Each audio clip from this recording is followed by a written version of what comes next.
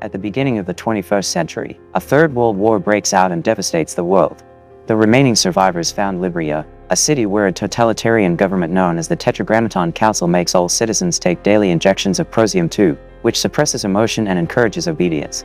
Anything that may stimulate emotions like art and pets has been banned, and those criminals that do consume those things are called sense offenders. If they get caught, they're put to death because the council claims those who feel are the cause of all wars. To make sure that everyone follows these laws, the council formed a group of well-trained warriors known as clerics, who fight using the martial art of gun kata. Outside the city, there is an abandoned area called the Nether where most of the illegal activity happens. Currently, clerics John and Errol together with their special team are conducting a raid to deal with the latest group of rebels from a group known as the Underground. The team discovers that a bunch of rebels are barricading themselves inside a building, so while they engage in a gunfight outside, John goes inside first with guns in both his hands. He breaks down the door and just waits there in the darkness, letting the rebels fire and not getting hurt even once. Once the fire stops, John uses his gun to shoot all the rebels, using the gun kata technique which uses geometry and psychology to choose where to strike with precision and allows him to be out of the line of fire. Once everyone is dead, they search the building for illegal material, and when they break the floorboards, they discover a huge collection of art that includes the Mona Lisa. After they use a scanner to confirm they're real, John orders his men to set it all on fire. During their ride back to headquarters, John notices that Errol took a book and asks him why. Errol explains that the team tends to leave a thing or two behind, so he'll log this evidence himself to avoid trouble with the records. Meanwhile in the city, the leader father appears on screens everywhere reminding people to take prosium and that they've achieved peace thanks to the system, which gets him a cheer from the public. Father always appears on the screens, but nobody has seen him in person in a long while. When John arrives at headquarters, he immediately goes to see Vice Consul Dupont to give his report, which earns him high praise. Dupont wonders how a cleric has learned so well to sense when someone feels strong emotions, so John explains he's learned to think like his enemies. Then Dupont asks him about his family, and John very coldly tells him that his wife was arrested and incinerated for being a sex offender some years ago. Dupont scolds him for it, saying a cleric should be able to tell his own wife is a criminal. Afterward, John looks at a recording of the car and notices Errol acting suspiciously. He goes to look at the records and discovers Errol hasn't been logging any kind of evidence for weeks, including today's book. He decides to return to the Nether to look for him and finds him reading the book inside an abandoned church.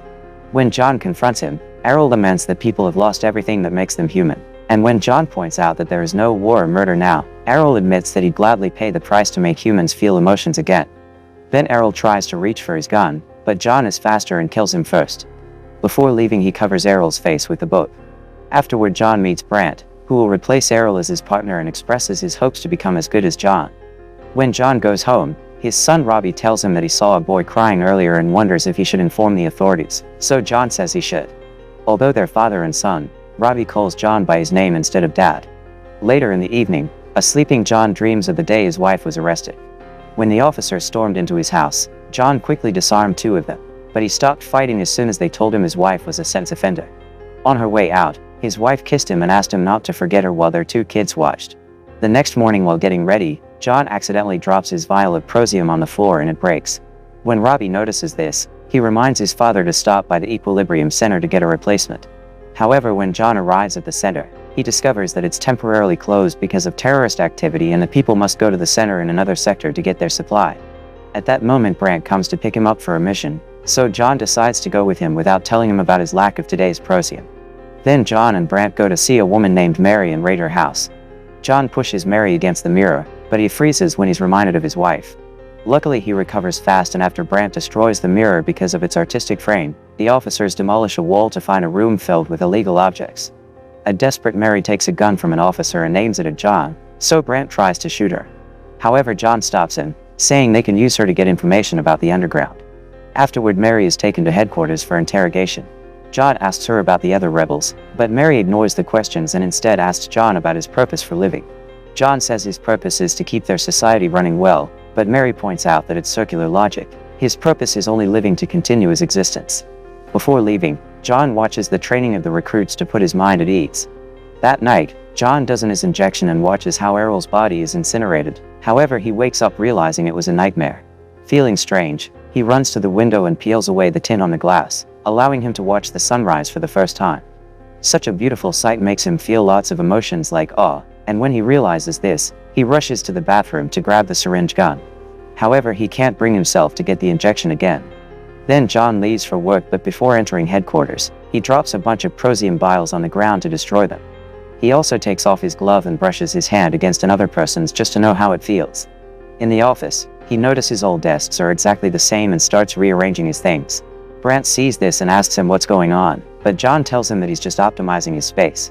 Their next mission is to go after some sense offenders in the Nether. As they raid the place, the officers get stuck in a vicious gunfight against the rebels. A man tries to attack John, so Brant shoots the guy. When John catches the guy, he accidentally stares into his eyes and sees the life leave the body. Upset by the things he's noticing now, he immediately drops the body, only to feel worse when he notices the blood on his hands.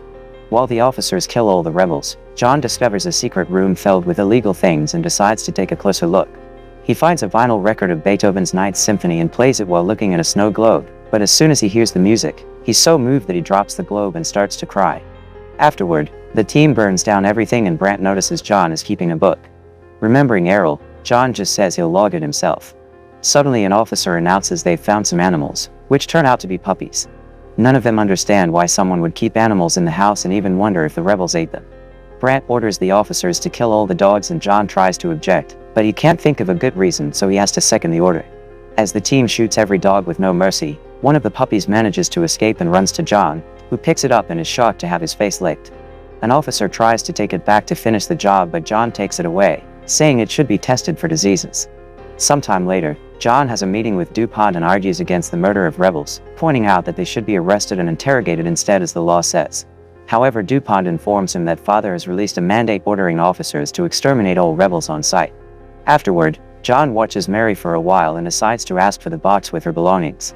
Among other things, he finds a ribbon, and after smelling it, he decides to secretly keep it. In the evening, he goes to the Nether, unaware that Brant is following him.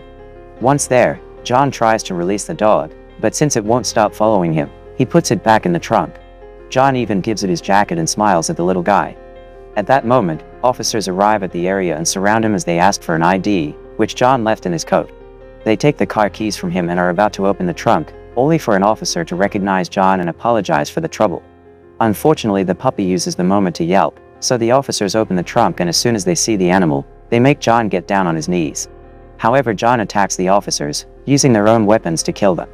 There are more men waiting in the vehicle, so John attacks them as well, using the same technique to steal their weapons and kill them all in seconds. Then he leaves with the puppy. The next morning, John decides to hide his vials of prosium behind the bathroom mirror before going to work. Today he'll be training with his sword, and Brant comes by to join him, starting a friendly fight. Their skills are almost on the same level, and as they continue to exchange blows, Brant keeps on taunting John, saying he knows John can't stop thinking about the mysterious murders in the Nether. He says he's glad those officers are dead because now the council will order an acceleration on the defeat of rebels. The fight ends in a tie, and then the duo leaves to raid a new sector in the Nether. While the team searches the area and engages in another gunfight, John comes across a bunch of rebels but tells them to leave. The rebels fear that John will shoot them in the back, so he has to lead them down a corridor to find a place to hide. Soon they begin encountering officers, but John fights them all without hesitation, giving the rebels a chance to escape. After a fierce fight during which he kills all the officers, John goes looking for the rebels, only to discover they've been caught. Brant says he knew John would bring the rebels to him. Then he asks him to shoot them all, even giving John his own weapon to do it. John takes it and after some hesitation, he gives the gun back to Brant, saying it will be better for him to hold on to his own weapon. Then Brant orders the officers to kill all the rebels, so John leaves the room to be able to keep up a cold face. Sometime later, John visits DuPont to tell him that he's ready to become Father's instrument against the resistance, so DuPont gives him the mission to destroy the underground. Then John goes to the morgue to apologize to Errol's body for doubting him. He also checks out Errol's belongings and discovers he had a lot of pictures. The one with the word freedom on it gets John's attention. He rushes to see Mary to ask her about Errol, and when she denies knowing him, John reveals the picture, which shows Mary and Errol had been together. Since Mary still won't talk, John tells her he killed Errol, causing Mary to grab a pen and jump on him to stab him. John blocks the attack before pinning her down and gently touching her face, being affected by her face because he's reminded of his wife. After looking more at the picture and the word written on it, John remembers a place called Freedom Reading Room where a teacher reads the manifesto to young men.